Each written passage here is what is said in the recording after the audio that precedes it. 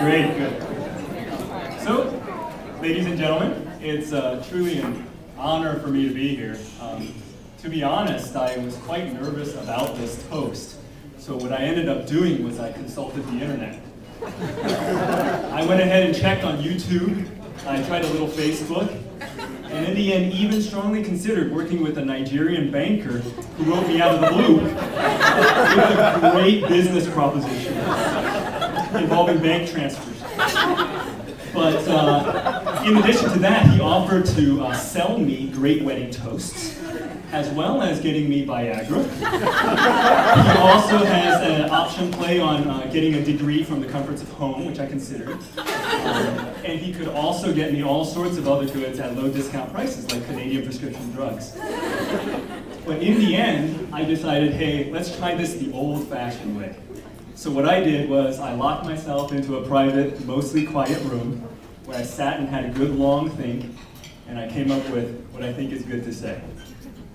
So, in my quiet room, mostly quiet room, where I had a good long sit down with a good long think,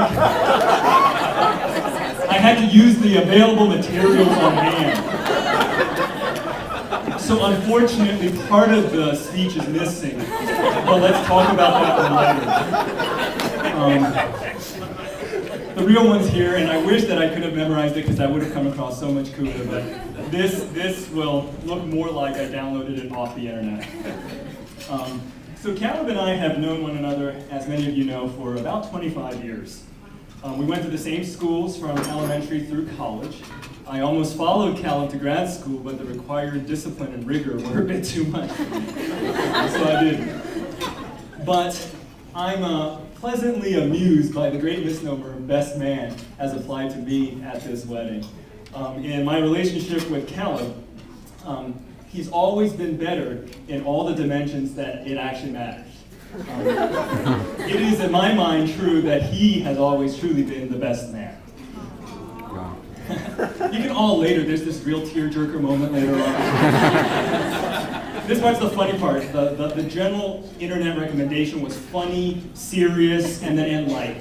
And so that's what I'm going to try to do. In our relationship, he has always been the more generous, the more grounded, the more profound. You might say this is only to be expected since he comes from such a generous family. Through the years, my respect and admiration for Caleb has only grown.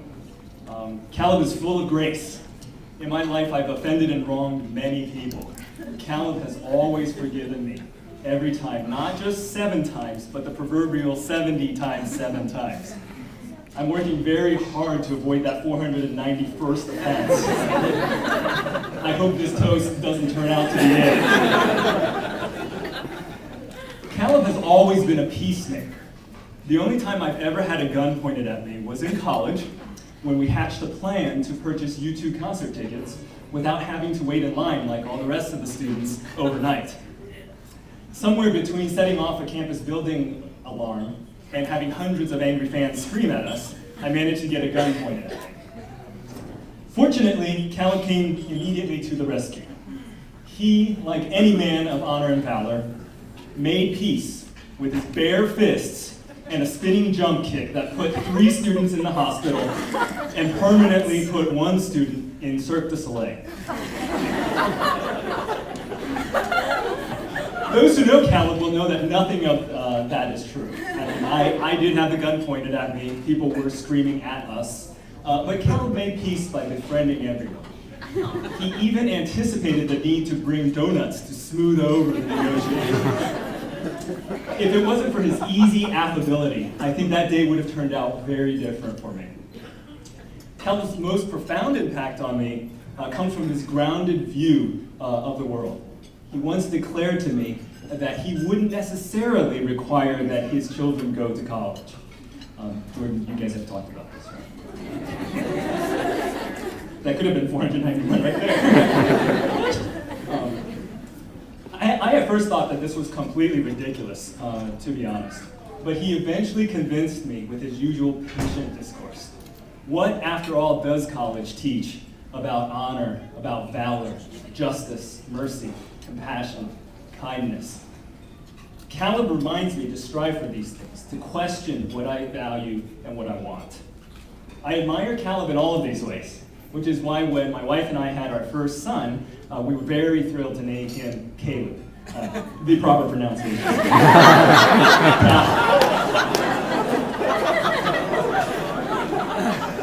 We expect a daughter at the end of July, so we're trying to pick between Shakira, Shania, and a few of the other common names now.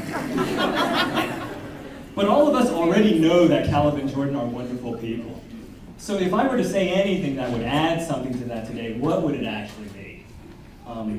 It is this, that marriage to me is supremely beautiful, far better than you imagine, even here on your wedding day. Much talk about marriage these days might discourage us from feeling this way. First, many people have a habit or a reflex of complaining about their spouse. Oh, Jeff, he never lifts the finger. Oh, you know, the old ball and chain's not going to let me go out with the guy. I think another reason is that talk about marriage can often come across as stern and grave. It is a very serious thing, and I think it is good to have the stern and grave in it. But I think we sometimes miss that it's also a beautiful opportunity. I wish that talk about marriage was more infused with the positive conviction that comes out of a life of happiness lived together. And so here's my shot. I've been married for 8 years. Marriage is positively the most consistent everyday happiness in my life. I have a constant companion to share life with. I can share the joys with her. The sorrows don't seem as bad. Marriage is unconditional love in tangible form for me. Risks seem less daunting. Thrills seem more exciting. It's supremely beautiful, far better than I had imagined, and I had high expectations. One piece of advice. I find that everyday grace is essential to marriage. We often want other people to accept us the way we are, but we're often not willing to accept others the way they are. An eye for an eye makes the whole world blind. Gandhi said that, right? So to strive to extend this grace is what I encourage you to do every day, to have a little bit of that grace. Now, my desire for both of you is this, that 8 years from now, that even 30 years from now, you too will be at a wedding where the one thing you wanted to convey was that marriage indeed for you has been more beautiful than you ever expected, even then on your wedding day. So ladies and gentlemen, please join me in raising a toast. Whatever glasses you have, empty them. Yes. Please join me in raising a toast. I've got my coffee here. And you can pretend. Yes. Okay. All right.